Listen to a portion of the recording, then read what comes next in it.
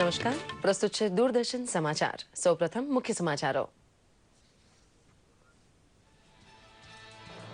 પાકિસ્તાન દ્વારા આતંકવાદને ખતમ કરવાની ખાતરી બાદ ભારત સમગ્રતયા વાતચીત માટે તૈયાર।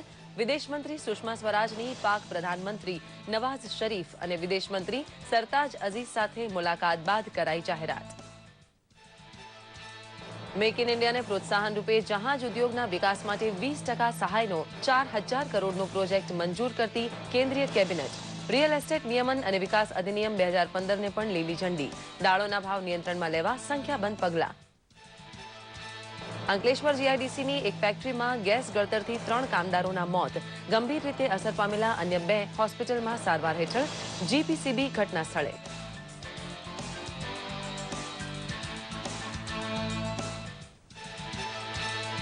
સ્થાનિક સ્વરાજની સંસ્થાઓના પદાધિકારીઓની પસંદગી માટે આજે ફરી મળશે ભાજપા પાર્લામેન્ટની બોર્ડની બેઠક। પંચાયત પ્રમુખો, ઉપપ્રમુખો, દંડક વગેરેની હાથ ધરાશે પસંદગી પ્રક્રિયા। 8મીની બેઠકમાં મનપાના પદાધિકારીઓના નામ અંગે થઈ હતી ચર્ચા। ધોરડો ખાતે 18 થી 20 ડિસેમ્બર દરમિયાન યોજાનાર ડીજી કોન્ફરન્સ માટે ચાલી રહેલી તડામાર તૈયારીઓ। પ્રધાનમંત્રી અને ગૃહમંત્રીની ઉપસ્થિતિને પગલે જડબે સલાક સુરક્ષા વ્યવસ્થા માટે ધરાયેલ કવાયત। સાસણગીરમાં સિંહ દર્શન માટે આજથી શરૂ થઈ 100% ઓનલાઈન બુકિંગ વ્યવસ્થા। દેશ વિદેશના પ્રવાસીઓને લાંબી કતારમાંથી મળશે મુક્તિ।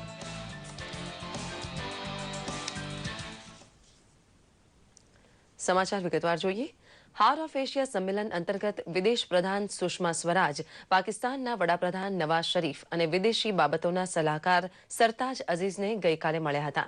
આ મુલાકાત દરમિયાન દ્વિપક્ષીય મુદ્દાઓ સહિત આતંકવાદના મુદ્દે પણ વાતચીત થઈ હતી। આ મુલાકાતથી બંને દેશો વચ્ચે નવા સંબંધોની આશા જાગી છે। બંને દેશો વાટાઘાટો માટે તૈયાર થયા છે। સુષ્મા સ્વરાજ તથા પાકિસ્તાનના વિદેશ મંત્રી સરતાજ અઝીઝે એક બેઠક બાદ સંયુક્ત નિવેદન આપ્યું હતું, જેમાં સુષ્મા સ્વરાજે લાંબા ગાળાથી અટકેલા સંવાદને પૂર્વવત કરવાની માહિતી આપી હતી।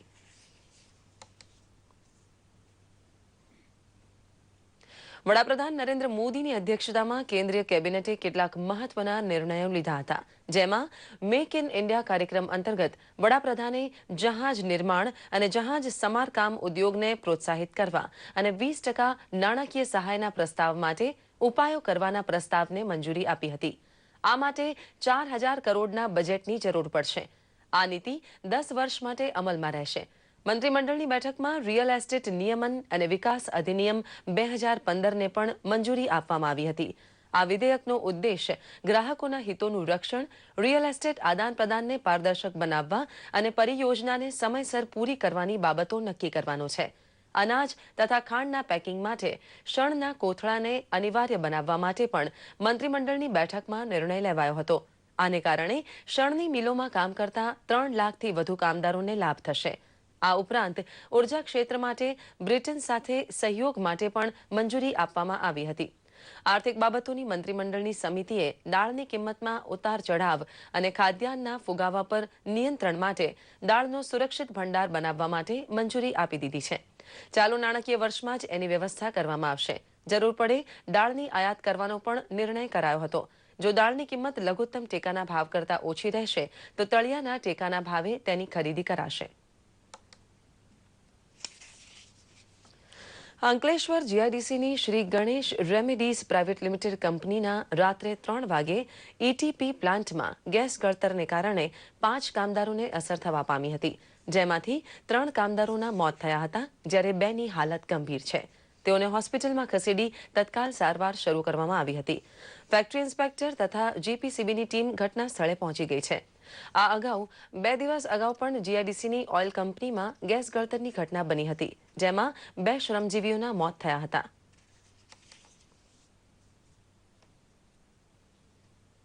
સ્થાનિક સ્વરાજના પદાધિકારીઓની પસંદગીના સંદર્ભે ગાંધીનગર ખાતે ફરી વખત ભાજપ પાર્લામેન્ટરી બોર્ડની બેઠક યોજાશે.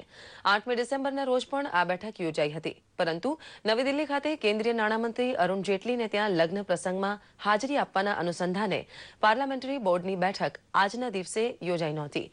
અગાઉ 8મી ડિસેમ્બરના રોજ યોજાઈ હતી, જેમાં રાજ્યની 6 મહાનગરપાલિકાઓ અને બનાસકાંઠા, પાટણ, મહેસાણા, સાબરકાંઠા, અમદાવાદ અને ગાંધીનગર જિલ્લાની વિવિધ સંસ્થાઓના પદાધિકારીઓની પસંદગી પ્રક્રિયા કરવામાં આવી હતી. આજે યોજાનારી આ બેઠકમાં જિલ્લા અને તાલુકા પંચાયતના ભાજપના પ્રમુખ, ઉપપ્રમુખ, દંડક, કારોબારી ચેરમેન, પક્ષના નેતા જેવા પદાધિકારીઓની પસંદગી પ્રક્રિયા કરવામાં આવશે. બીજી તરફ જિલ્લા અને તાલુકા પંચાયતના પ્રમુખ અને ઉપપ્રમુખની 22મી ડિસેમ્બરે ચૂંટણી અંગેનું જાહેરનામું પણ વિકાસ કમિશનર દ્વારા પ્રસિદ્ધ કરવામાં આવ્યું હતું. કચ્છના રણમાં ભુજ નજીક ધોરડો ખાતે રણોત્સવની તૈયારી પૂરજોશમાં ચાલી રહી છે. આ વર્ષની વિશેષતા એ છે કે ધોરડો ખાતે ઊભી થનારી ટેન્ટ સિટીમાં જ રાજ્યોની ડીજીપીની વાર્ષિક બેઠક મળવા જઈ રહી છે. બેઠકમાં પ્રધાનમંત્રી નરેન્દ્ર મોદી અને ગૃહમંત્રી રાજનાથસિંહ પણ ઉપસ્થિત રહેવાના હોવાથી સલામતીની ચુસ્ત વ્યવસ્થાનું આયોજન થઈ ચૂક્યું છે. દરમિયાન ખાવડા પોલીસ સ્ટેશનનો સમગ્ર વિસ્તાર પ્રતિબંધિત વિસ્તાર તરીકે જાહેર કરાયો છે. પ્રસ્તુત છે એક અહેવાલ. કચ્છના જિલ્લા મથક ભુજથી 80 કિલોમીટરના અંતરે આવેલું આ ધોરડો ટેન્ટ સિટી પર્યટક સ્થળ છે. પ્રતિવર્ષે આ ઋતુમાં અહીં રણોત્સવનું આયોજન થતું હોવાથી દેશ વિદેશના પ્રવાસીઓ ઉમટી પડે છે. પરંતુ આ વર્ષે અહીં 18થી 20 ડિસેમ્બર દરમિયાન ત્રિદિવસીય વાર્ષિક ડીજીપી મીટનું આયોજન થયું છે અને પ્રધાનમંત્રી નરેન્દ્ર મોદી પણ આ બેઠકમાં રહેવાના હોવાથી સલામતીના સંગીન પગલાં લેવાઈ રહ્યા છે. ગૃહમંત્રી રાજનાથસિંહ ડીજીપી બેઠકનું ઉદ્ઘાટન કરવાના છે, જ્યારે પ્રધાનમંત્રી સમાપન સમારંભને સંબોધવાના છે.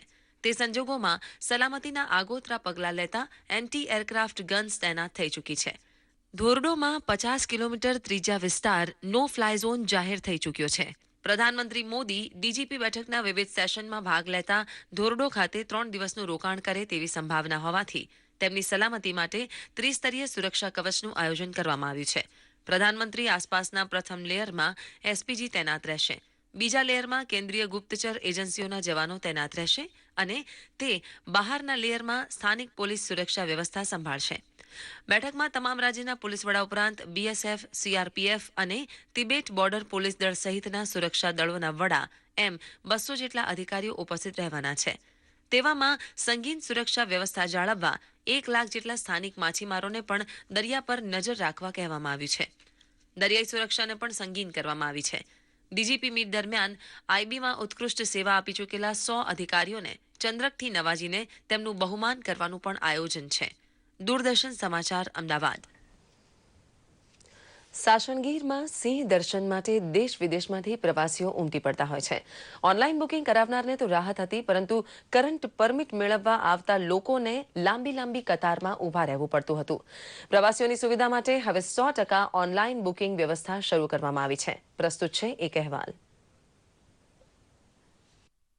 સાસણગીર પહોંચીને સિંહ દર્શન કરવા માટેનો ક્રેઝ વધતો જાય છે. ગયા વર્ષે તો 5.5 લાખ લોકોએ સાસણગીર પહોંચીને એશિયાટિક લાયન દર્શનના રોમાંચનો અનુભવ કર્યો હતો. અત્યાર સુધી 50% ઓનલાઈન બુકિંગ અને 50% કરંટ બુકિંગની વ્યવસ્થા અમલી હતી. અર્થાત સ્થળ પર પહોંચીને પરમિટ મેળવનારાઓ માટે 50% બુકિંગ ખુલ્લું રહેતું હતું. પરંતુ આ જૂની વ્યવસ્થા કરંટ બુકિંગ માટે આવતા પ્રવાસીઓને લાંબી કતારોનો સામનો કરવો પડતો હતો. પર્યટકોને લાંબી કતારોની સમસ્યાથી છુટકારો અપાવવાના હેતુસર 10 ડિસેમ્બરથી સિંહ દર્શન માટે 100% ઓનલાઈન બુકિંગનો આરંભ થઈ ચૂક્યો છે. girlion.in પર લોગ ઓન કરી બુકિંગ કરાવીને જ હવે સિંહ દર્શન માટેની પરમિટ બુક થઈ શકશે. કરંટ બુકિંગનો છેદ ઉડી ચૂક્યો છે. આમાં 50% ઓનલાઈન પરમિટ થતા હતા અને 50% કરંટ આપવામાં આવતા હતા.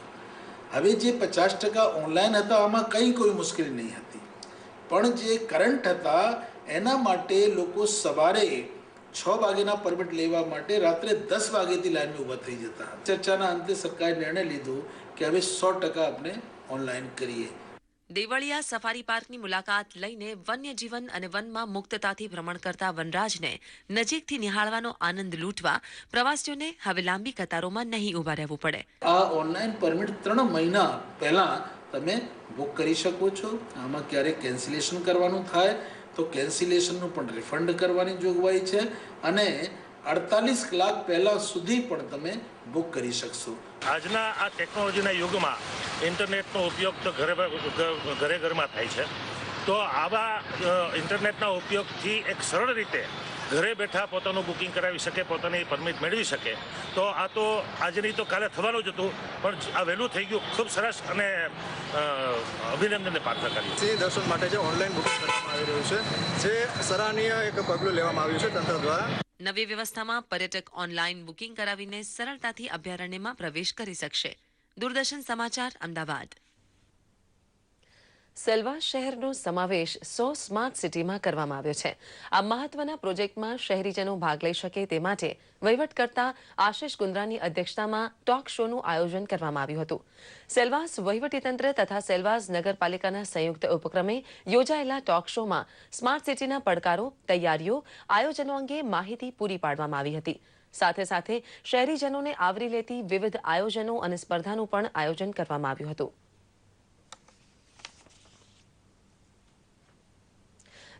તંદુરસ્તીને જાળવી વર્ષભર માટે ચુસ્તી સ્ફૂર્તિ રાખવાની ઋતુ શિયાળાએ જમાવટ કરી દીધી છે. ગુલાબી ઠંડીની સાથે શિયાળુ વસાણા અને તેમાંય વિશેષ કરીને તલના કચરિયાની માંગમાં વધારો થતો હોય છે. ઉત્તર ગુજરાતના કાળા અને સફેદ તલનું કચરિયું ઔષધ સમાન ગણાય છે. તલને ધાણીમાં પીલીને તેમાં તેમના તથા સૂકા મેવાને નાખીને કચરિયું બનાવવામાં આવે છે. તલનું તેલ સાંધાના દુખાવાના, કફ, સળેખમનો અકસીર ઇલાજ છે. કચરિયાની ખરીદીને કારણે શિયાળામાં ધાણી ચલાવતા વેપારીઓને સિઝનલ રોજગારી પણ મળી રહે છે. કેટલાક ગ્રાહકો ધાણી ઉપર ખાસ કચરિયું બનાવડાવે છે, તો કેટલાક ગ્રાહકો તૈયાર કચરિયાની ખરીદી કરે છે. હાલમાં કચરિયું 120 રૂપિયા કિલોના ભાવે વેચાઈ રહ્યું છે.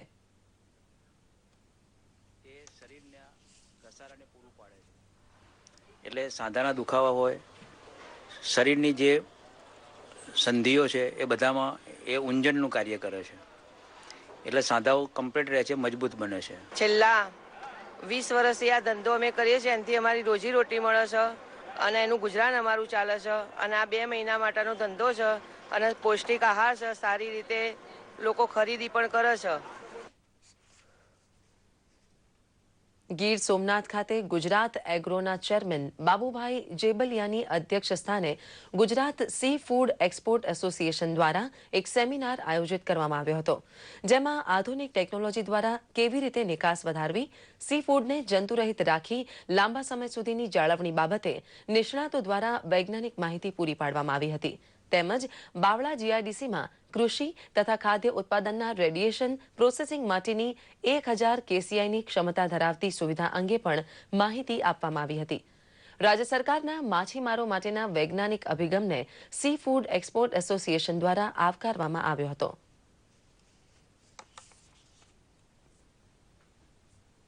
અહીંયાથી વેરાવળમાંથી સી ફૂડ મોટા પાયે એક્સપોર્ટ થાય છે અને એમાં આ ટેકનોલોજીનો લાભ કેવી રીતે લઈ શકાય, સરકાર પણ આ ટેકનોલોજીના ઉપયોગ દ્વારા વધુમાં વધુ લાભ લઈ શકાય એ માટે પ્રયત્નશીલ છે. મુખ્યમંત્રીશ્રી અને આના મિનિસ્ટરો પણ આ માટે ખૂબ જ પ્રોત્સાહન આપી રહ્યા છે. ગુજરાત એગ્રો દ્વારા એક પ્લાન્ટ નાખવામાં આવ્યો છે. હજી પણ અમે બીજા 2-3 પ્લાન્ટ નાખવા માંગીએ છીએ અને જ્યાં પણ જરૂરિયાત હશે ત્યાં આવા પ્લાન્ટ દ્વારા અમે આગળ વધીશું.